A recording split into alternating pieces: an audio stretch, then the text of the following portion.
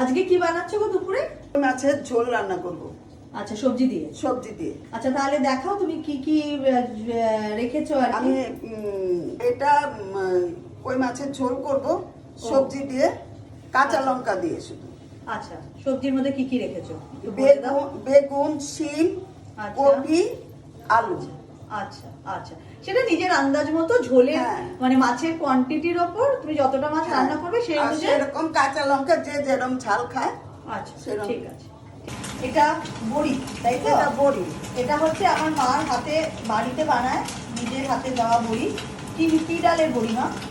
বিউলির ডালের বড়ি। আচ্ছা, বিউলির ডাল, হিং দাও বোধহয়, কিছু মশলা মশলা দিই। পরে কখনো দেখাবো আপনাদের যে মা বড়ি দেয় কিভাবে। এটা হচ্ছে কই মাছ, তবে মা কই মাছটা ভেজে রেখেছে। মা কাঁচা এনে ধুয়ে ভালো করে মা কই মাছ সবসময় ভেজে রাখে। মা কেন? আমার মনে হয় ফ্রিজে রাখলে ওটা ভালো লাগে না।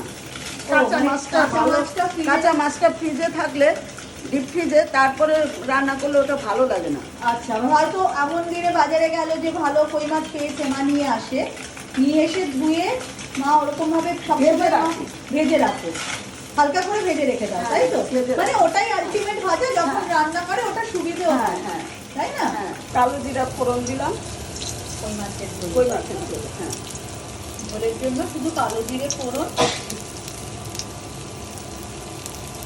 আর লঙ্কাও তো নিশ্চয়ই দেবে। লঙ্কাও দেবো, কাঁচা লঙ্কা ফোড়নে সবজিগুলো দিয়ে একটু নাড়াচাড়া করবে।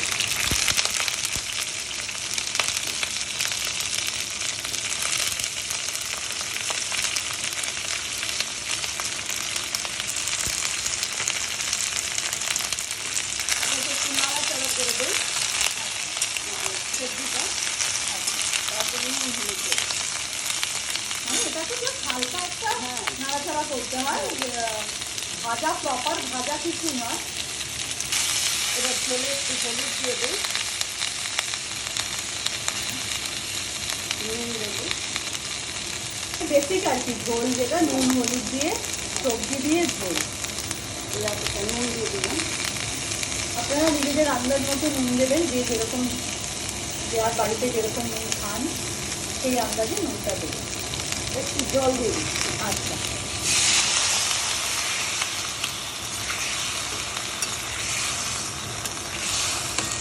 কমেন্ট করবেন তো কারা এরকম কই মাছের এরকম ঝোল খান সবজি দিয়ে। আমাদের বাড়িতে সব ঝোলই এরকম সবজি দিয়েই হয়। কি দেবে এবার? কাঁচা লঙ্কাগুলো দিয়ে দিচ্ছি। আচ্ছা, খাড়া লঙ্কাগুলো। আচ্ছা, একটু চিড়ে দিয়েছে মাঝখান থেকে। আমরা একটু ঝাল খেতে পছন্দ করি, তাই লঙ্কার পরিমাণও বেশি।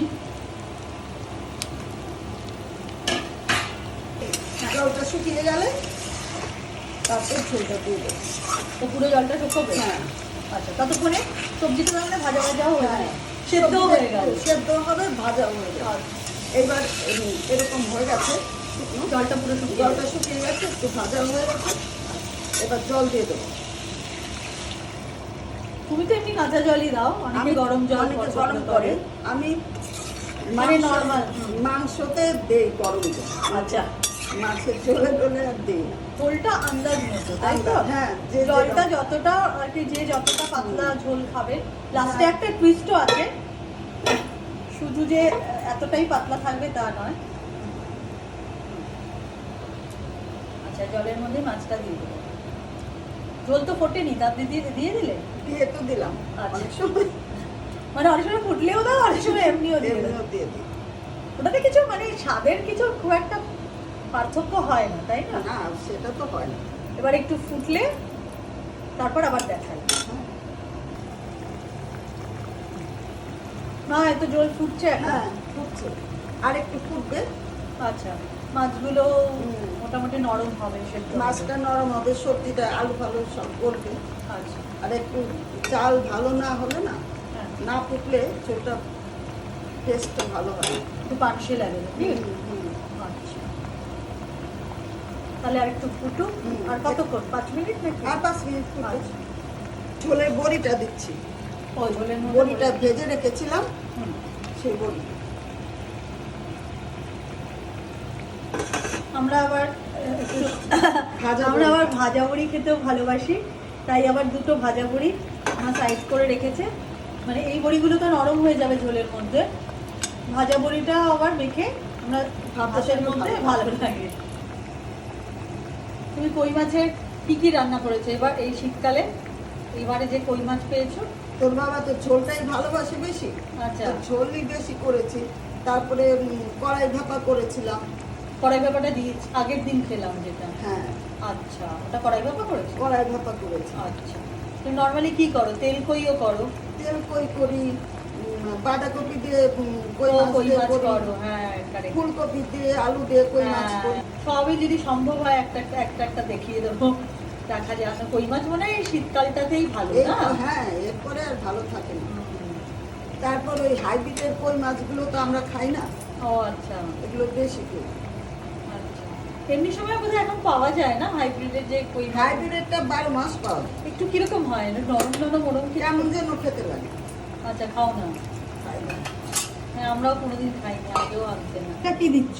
এটা একটুখানি আটা, এই 1 চামচ হবে? হ্যাঁ 1 চামচ।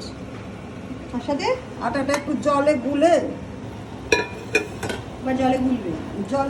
একটু ঝোলে দিয়ে দেবো। আচ্ছা, ভারী করা আর একটু ভারী, একটু এটা তোমরা কি বলো বলো এবার? এটাকে কি আমরা বলে? পিঠালি বলি। চালের গুঁড়োও দেওয়া যায় এরকম গুলে। এই আমরা একটুখানি আটা গুলে আচ্ছা, একটু দেই, ঝোলটা যাতে ভারী হয়। ঠিক হয়, কারণ হ্যাঁ। কোনো মশলা নেই, কিছু নেই, কিছু নাহলে মশলা নেই তো, একদম জলের একদম মতো। জল জল হয়ে যাবে। ওই হালকা একটু ইয়ে হবে। একটু ওই যেটা আর কি তোমার চাইনিজে কর্নফ্লাওয়ার করে সেই কাজটাই আটা, হ্যাঁ, এই আটার গোলাটা সেই কাজটাই মাদের আর কি। পুরো এটা ক্যামেরা আটকে দিয়েছো তুমি এই যে বাটিটা দিয়ে, আচ্ছা, এইখানে সাইড দিয়ে দিলাম, ঠিক আছে। তো ওই কাজটাই আর কি এই, ঠিক আছে, আর লাগবে না। আর লাগবে না। ওটা চোখের আন্দাজে বোঝা যায় যে কতটা দিলে কতটাতে এই একটু জাল হবে, আর 2-3 মিনিট জাল হ্যাঁ, হবে। হ্যাঁ, হ্যাঁ। 2-3 মিনিট এটা ফুটবে, ফুটলে বন্ধ করে দেবে। দেখুন একটু ঠিক হয়ে গেছে, ঝোলটা দেখলেই বোঝা যাচ্ছে। ঝোলটা তখন পুরো পাতলা জলের মতো ছিল, কারণ এরকম না জিরের গুঁড়ো পড়ে না ধনের গুঁড়ো। আমাদের বাড়িতে ঝোলে জিরে ধনের গুঁড়ো একদমই পড়ে না, এরকম পাতলা সবজির ঝোল হয়। তো ওই একটু আটার এটাকে কি বলে, পিটুলি, হ্যাঁ, আটার পিটুলি বলে, বলে ভুলও হতে পারে। ভুল হলে কেউ আমাদের একটু বলে দেবেন কি বলে। ওটা দিলে ওই কর্নফ্লাওয়ারের গোলার মতো, তাহলে এটা একটু ঠিক হয়ে যায় ঝোলটা। এটা তুমি চেক করছো মানে হয়ে গেছে কিনা? হ্যাঁ, হ্যাঁ, ভারীটা ঠিক আছে কিনা সেটা। আচ্ছা, যে যেরকম ভারী খাবে সেরকম ভাবে আর কি।